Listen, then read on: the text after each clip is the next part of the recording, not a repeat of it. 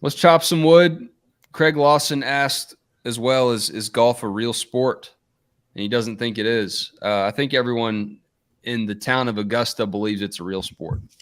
I struggle with this a little bit too, and I don't necessarily do it because a lot of folks say, "Oh, it's not a real sport because nobody's playing defense." Well, listen, dude, you're playing the ultimate defender. The defender is Mother Nature, and the defender is the voice inside your head that's constantly trying to make you buckle under pressure. Or the pro that puts the pin placement an outrageous place.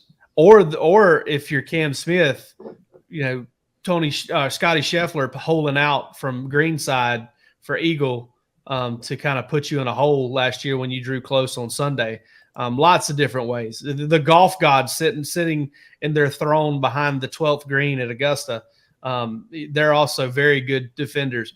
But listen, there's some things about golf that's harder than anything else. I mean, harder than anything else.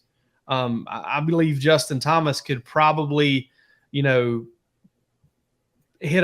believe he could probably hit a 100 miles an hour fastball with an exit velocity of 105 miles an hour before anybody in the Major League Baseball right now could go out and fire a 65 at Augusta National.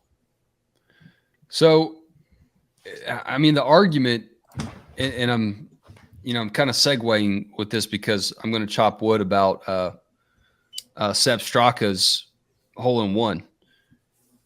But Craig says that there's – not Bubba's?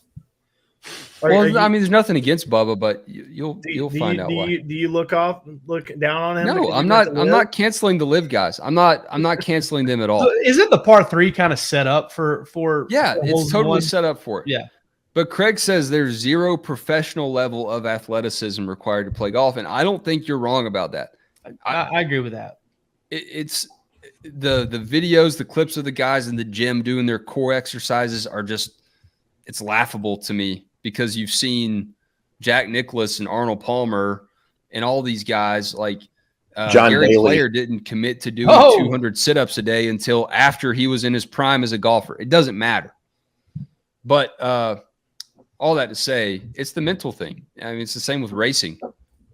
That's not necessarily a physical thing, but the mental performance that translates to a physical execution is fascinating. Well, all right, so I'm going to chop wood. And all those guys are in pretty good shape. They're in good shape now, but do they have to be? I don't think they do. Dude, Harry Higgs plays golf on on tour. Harry Higgs is out there. So.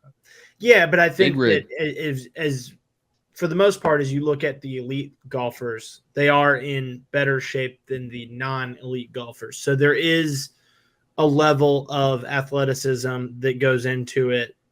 And on the NASCAR topic, I don't know that NASCAR drivers are athletes, but it's a motor sport. Well, we're conflating two different issues here. We're talking about, all right, are they athletes? Not really. No. Is it a sport? Yes. It's a sport. You keep score. Damn it. You keep score. So that brings me to my chopping wood topic, though. Sepp Straka, the Georgia golfer. This is where we tie it all back into actually making this a Georgia show. Y'all, hitting an ace, I don't care if it's a practice round. I don't care if it's the par 3 contest. Obviously, they don't play it at that hole. But hitting a hole-in-one at the most iconic par 3 in the sport is amazing. And to do that is just such a bucket list thing. He did it on 12? 3 guys, I think, that have ever done it in a round. I didn't realize he did it on 12. Yeah. 12. He did it on 12, man. So, yeah, I don't know if the pin placement there was helping him out, made it a little bit easier for him to do it. I wouldn't put that past Augusta National to create some buzz like that on a practice round day. On Monday. But that was sick. And you're a Georgia Bulldog to cap it all off, and your football team's won back-to-back national championships. So that's what I'm chopping wood about. Hey, while we're talking about hole-in-ones on par 3s, what's more impressive in y'all's opinion, a hole-in-one on a 3 or a 2 on a 5? And Albatross. An albatross. Yeah, 2 on a 5. You're hitting something a long way in for that. Yeah. No question. You have to have a lucky. You got to get a good. You got to get a good roll for. There's way more luck involved in an albatross. Fine. Which would y'all rather have? An albatross. That's tough. I'd rather have the albatross. I think it's more rare. I'd rather have the albie. I think it's more rare. It is more rare. It is more I would rare. rather. Palmer's got a point here. I'd rather hit the ace. It does sound rather- cooler Because to then I could say. run around like Ronnie from Jersey Shore back in the day and start screaming, "One shot, son!" I'm not. I know I'm late, but Ro just looks like he went and rolled around in the pro shop at the Masters. That's all I did. Whatever stuck to me, I bought. You're the walking billboard for Augusta. You just roll around and see what sticks and walk I out. wish I could get my yellow coffee cup real bad. Yeah. I'm surprised he didn't replace the DawgsHQ sticker in the background with with the Masters flag. with the Amen corner. Yeah, a pin flag for sure. Yeah. Yeah. I mean, I don't know how Sepp didn't just immediately go and swan dive into Race Creek. I'm glad he didn't. He would have broke his neck. It's not real.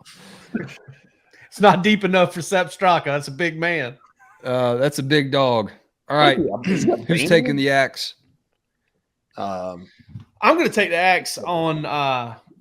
Listen, this spring has had an odd feel to it, and some of that odd feel has been the fact that I've been coaching t-ball, and I had t-ball pictures one day, and I've missed some practices, and I've missed post-practice availability, and Palmer and those guys have been tortured by players coming up like 45 minutes after they're supposed to come up.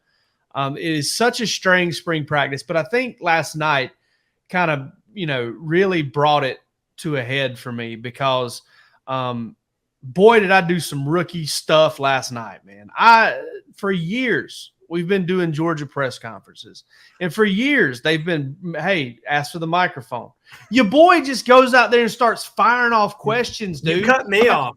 Like it was the old days, like it was the old Martin Rick days. Like, hey, let's just get in here. Let's see if Murray Poole's going to ask his question, then we're all going to get involved, okay? Well, that's not the way it's supposed to be anymore. It's supposed to be more professional. And I drew the ire of the great Leland Barrow. I probably know ire, but Leland's never been mad at anybody. I wouldn't. No, you disappoint Leland. You never make him mad. Yeah, the nicest dude ever. But man, such a weird spring, and your boy, like I said on, I hate to, I know this is a family show. We'll bleep this out if you really want to, but it was just total dipshit move by me. And yeah, man. Is this an apology? It's a chopping wood, like weird spring. I suck. We need to retool. Maybe DawgsHQ needs to make some decisions. I mean, I'm kind of sort of the boss a little bit. Maybe I need to fire myself. So what happened though? I mean, did you get in trouble? No, not really. Leland was. I just remind everybody you need to ask for the microphone before you ask questions. I did it twice. Give yourself in a row, Jake. Oh. You did it twice in a row, and the microphone holder. No, I didn't do it twice in a row. I waited. There were some questions in between. Okay. But the microphone holder was standing right behind me, waiting because they don't give you the microphone. Let's back up, Palmer. They're not just called microphone holders. They are assistants.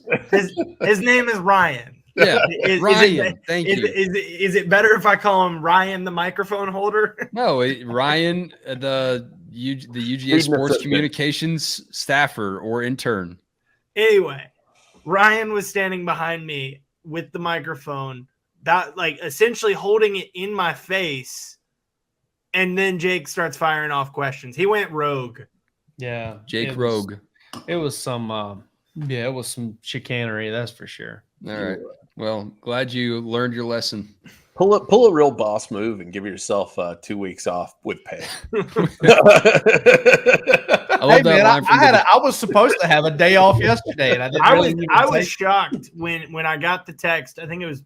I thought that was the dipshit move. I get why you did it, yeah, that was and everybody. I'm glad you did it, but I thought leaving Augusta was the dipshit move. Yeah, it was like That's the reason I left. I mean, me and my dad were both out of gas, but if I was smart, I would have just been like, "Oh, I didn't see it. Sorry." It was like whoops. Exactly.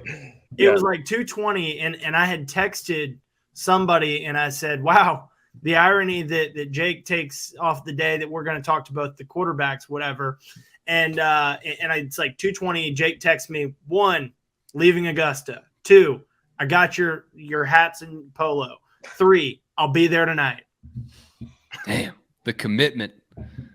I love DawgsHQ. I can't help it.